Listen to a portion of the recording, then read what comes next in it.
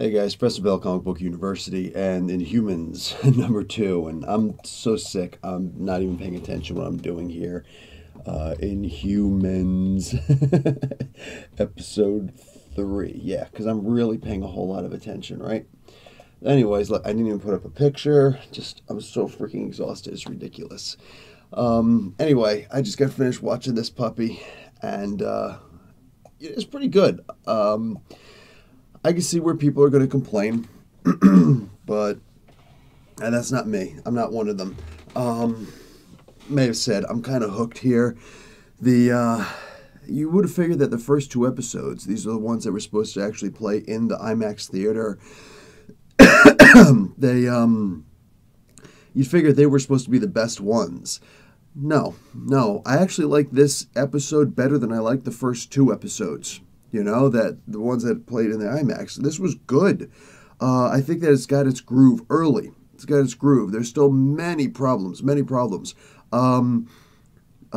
Crystal, case in point, she's, what is it? She's gone from being a really annoying bad actress to just portraying a young girl.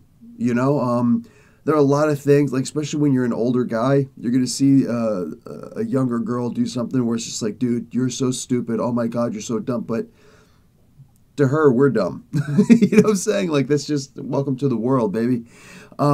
She's fallen better into that role of the little girl who's going to do dumb things, who isn't fully paying attention to what's going on around her. She's in her own little world, but she is really snapped into this new world where there's a hostile takeover, you know, like really hostile. Maximus taking over, and she's responding to it fairly well.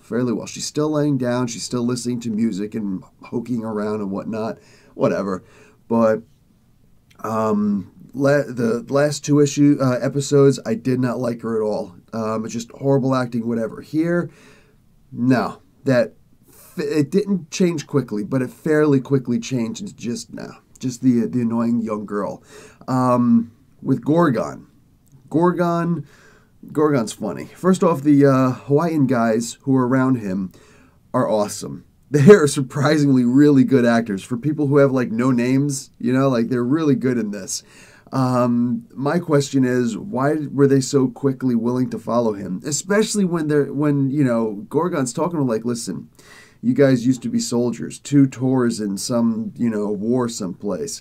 But to my people, you're just little tiny ants. That usually deserves a punch in the mouth. It doesn't have to actually be, but you know, it could. I'm just saying. Yes, they would have gotten beaten up after they punched Gorgon in the mouth. It's not the point. It's just, I know that's the way that, you know, Gorgon would typically talk to people, but come on. Come on. Like, their reactions could be a little bit differently. They signed on way too quick and with no reason. There's no reason for them to be there. You know, it's just done. So, unless they're bad, like literally, unless they're bad people and they're just looking to shoot somebody. But that being the case, they're there with some crossbows. One guy's got an AK-47, and for a guy who has 2 tours overseas, he has got the worst aim ever. This is like A-team aim, where people are, in every single episode, in every single season, people are shooting each other all over the place. Bah, bah, bah, bah, bah, bah, bah, bah, bah. Nobody gets hit. Nobody gets hit. I think Face got shot once. That was a whole episode. Him losing blood. But anyway, jeez, that's what this is like. Like, dude, did you seriously miss with a machine gun in a tree with advantage of surprise? And these guys are just laying there, oh, hey, what's going on? We're being shot. We should run. Like, come on, man. I can't believe you missed. Anyway, and Karnak, I love-hate relationship. Love-hate relationship. First off, the woman who comes in to help, he walks into a marijuana facility. It's like an 1.5 acres or whatever of a bunch of guys just making some ganja, which, by the way, apparently is going to be legal up here in Canada in July of 2018. So there's that. They just moved their operation up here. But anyway, yeah, these guys, they're making a marijuana, and Karnak shows up and he's all over the place. I don't make mistakes, and the guy shows up behind him with a machete in his head. Yeah, that's kind of a mistake. But we realize finally what I couldn't pick up in the previous two episodes, that he hit his head hard. He can't see the future. He can't, see the outcome of his actions and whatnot. How did Karnak not know the guy was coming up behind him? Exactly, Desmond Child. Desmond Child. Wow, sorry, brother. Desmond Johnson. Desmond Child, if you don't know, is actually the artist. He writes a lot of, or he used to at least write a lot of the music of some of the best albums out there in history. Go and look him up. My favorite one that I can always recall back to is Alice Cooper, the Poison album. I don't remember if the album was called Poison, but the first single off there was Poison. Anyway, what do you call it? So yeah, the idea is that he lost everything. He can't do it anymore. At one point they showed he's sitting there, and this was actually really good. Like, the writers did a great job on this. He's sitting there, and they're talking about killing him, and he's seeing the different patterns and the consequences and everything. He's like, okay, so if I kick this table, it will land in just this right way, and everything will fall down on top of these guys, and then, maybe I can try. At least they'll be incapacitated, and then I can work on my escape. Instead, he goes and he kicks the table, and it just falls over, and nothing happens. Why did you do that? I don't know. That was actually really cool. On the behalf of the writers, that was really cool. I loved that. That was great. But as far as like the guy who's playing him, I'm just not buying him. Again, it wouldn't have killed him to work out. You know what I'm saying? Just get your arms bigger, dude. Not even bigger. Bigger's the wrong word. Just get them more taut. So when you move your arms, I just don't see flap going all over the place. It looked like he could take off, for crying out loud. Like, he looks like a grandma. Grandmas get that big sack of flap back there? Yeah, that's what he looked like. It's like, come on, man. So I'm not happy. Like, there's absolutely nothing good I could say about Karnak, I'm starting to warm up to Eon Rion. He's doing a better job. He's not trying to at least in this episode, he wasn't trying to overact like he was before. He was doing a pretty good job. He didn't come off as sinister as I felt like I needed him to be, though. When he was talking to Crystal, he was perfect. But when he stood up and she says, he says, thank you. She says, why? He said, for doing this of your own free will instead of me forcing you to do it. He could have come off dark and sinister instead of just baby-faced saying it, Desmond, that was a cheap way so they don't have to use the effects or powers that you do for a lot of characters. I'm going to agree to a degree. I think it's more, that's Desmond again. I think it's more to the point of, this is with Karnak we're talking about, keeping him out of action at first, because if Karnak can see the results of everything, Karnak is the guy, like, you think about all the Inhumans that are out there. Aside from Black Bolt, who's really the coolest Inhuman in the comics? It's absolutely a freaking beast. Karnak, when he's at his full power, is just, he's insane, the things he could do. So he'd be able to figure all this out in a heartbeat. Oh, teleport Karnak away, and there's a dumb way of just getting him out of the action. And by dumb, I don't mean it was a bad move. It's just, it showed Crystal being the dumb little girl that, who's thinking that she knows better than the freaking master assassin, the master tactician, the master strategist. So even this is like a way of trying to delay it, because Karnak's the guy, he could end it. He could end everything in a heartbeat, like, that's just him. But as far as Medusa, man. Surrender Swan looks good. I don't usually like looking at girls with, short hair. Looking at girls with short hair is the wrong way to say it. I'm sick. I'm all over the place. But all I'm trying to really say here is that Surrender Swan looks really, really good.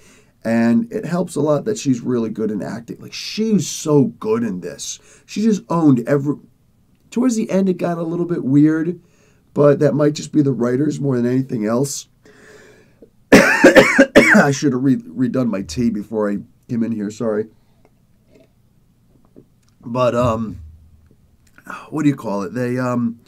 Most of the scenes that she was doing, she just owned it. The best is when she's standing in front of the ATM. I'm the Queen of Adeline, and I demand money, whatever she was saying. And she's like, I require money. Please. Like, that was great. She's trying to talk to the ATM. That was freaking great. I love that. I laughed. I laughed.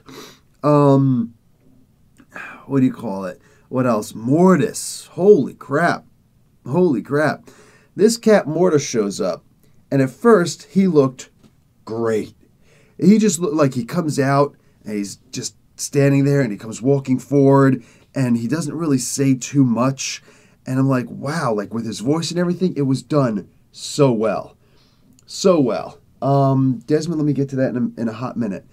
But he later on, he just kept on talking, and he was just so goofy. And it's like, dude, you kind of transitioned. And that wasn't cool. I didn't like that at all.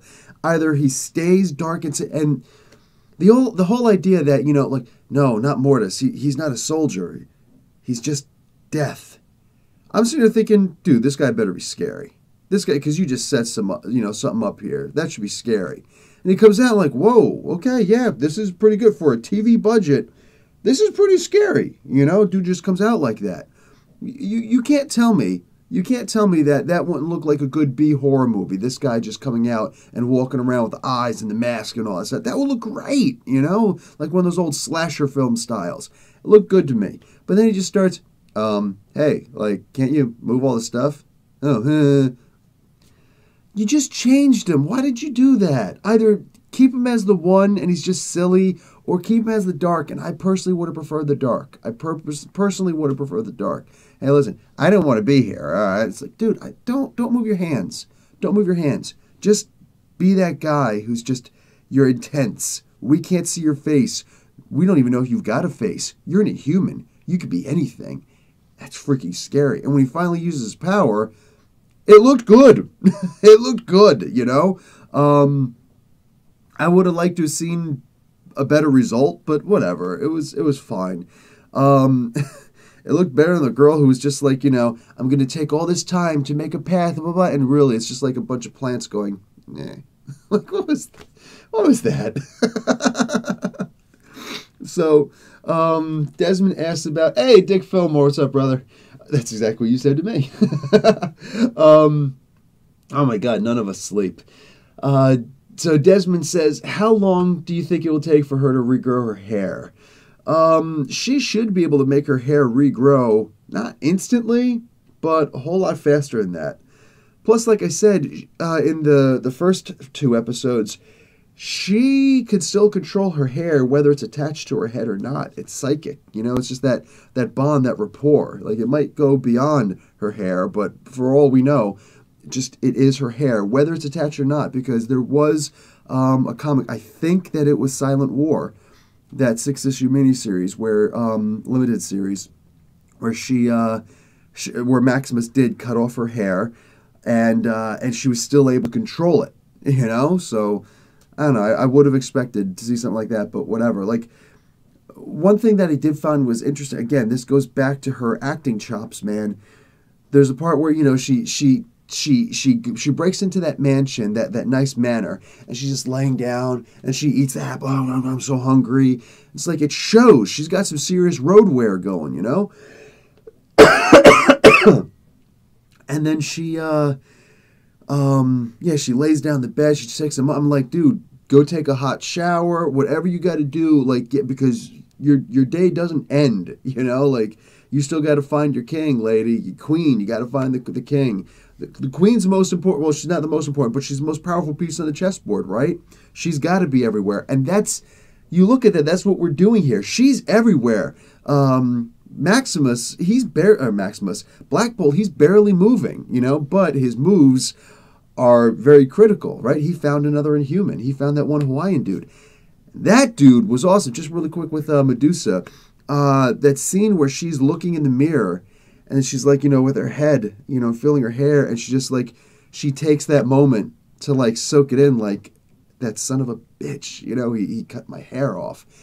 That was awesome. That was awesome. Like, you could feel it. Like, she really portrayed that. Anson Mount, Black Bolt, he's the one who's supposed to be making us understand his acting without saying a single word. He's the one who's supposed to be able to do all that stuff. And she's doing just as good a job as far as I'm concerned. She gets to talk. But when she's not talking, she's still acting, and she's still acting great. I love it. Moving on to Black Bolt's new friend, the big Hawaiian dude. He made it cool.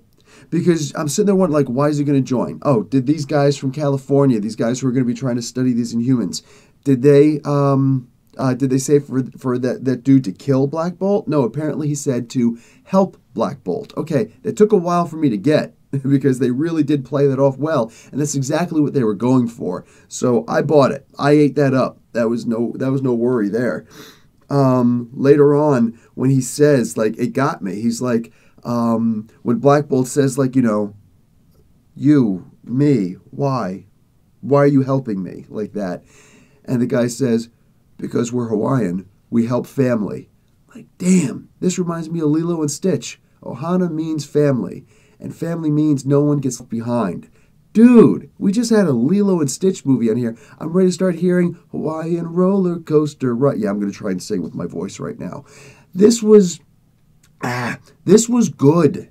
Like, the acting in here is great. You got some good, like, even the supporting cast, you got some good people in here. Maybe some of these people should have taken over for some of these leading roles.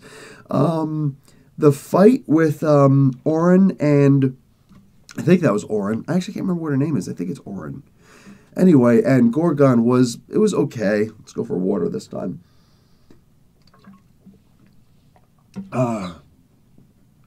Oh, man, Dick Fillmore's going to be grabbing ROM number 31 and 32 this weekend. Kudos, brother, kudos. I might try and repick up my, what was it, 54 or 56 issues? I can't remember. Anyway, I might be trying to pick up some ROM myself eventually. Maybe next year, I think that's what I'm going to be looking forward. But for here, now we get on to just Black Bolt. Dude, the only problem that I have with anything that Anson Mount was involved with in this episode was that he was playing chess with that Hawaiian dude, the Hawaiian Inhuman. I don't think they allow chess pieces in prison. I don't know from firsthand experience. Actually, no, I was actually a chaplain for a little while in a prison in New Jersey, Freehold. It's just county, but yeah. Anyway, I didn't see any chess pieces there, but it is my understanding they're not allowed to have chess pieces there. They have to use other things and whatnot. They talked about it on Nerdarchy one time. Nate the Nerdarch was actually talking about it, and good research. It was good research there. He was talking with Doug Vihovic, my editor for the articles that I write. Anyway, aside from that, literally, like, every single thing that Anson Mount did in here was just perfect. Like, absolutely perfect. And I think that if they had a better budget for this, and, I mean, literally, just a couple of, changes. Like, change the guy who's doing Karnak. If he's not going to freaking start doing some push-ups, for crying out loud. If he's not going to start lifting some dumbbells, get rid of him. He's not bad acting. It's just, it's hard to believe looking at him that he's Karnak. And also, the thing about with the tattoos. Why do they have to make it that tattoos were dumb? Raven, they do it in Australia. Are they? Because I thought that they were doing this in Hawaii. Hence all the Hawaiians. I'm not sure. Anyway, maybe that's not what you meant. I'm not sure. Sorry, I'm not quite all here. Anyway, reiterate if you can. I love what Anson Mount is doing. Him and Serinda Swan, these two own this freaking series.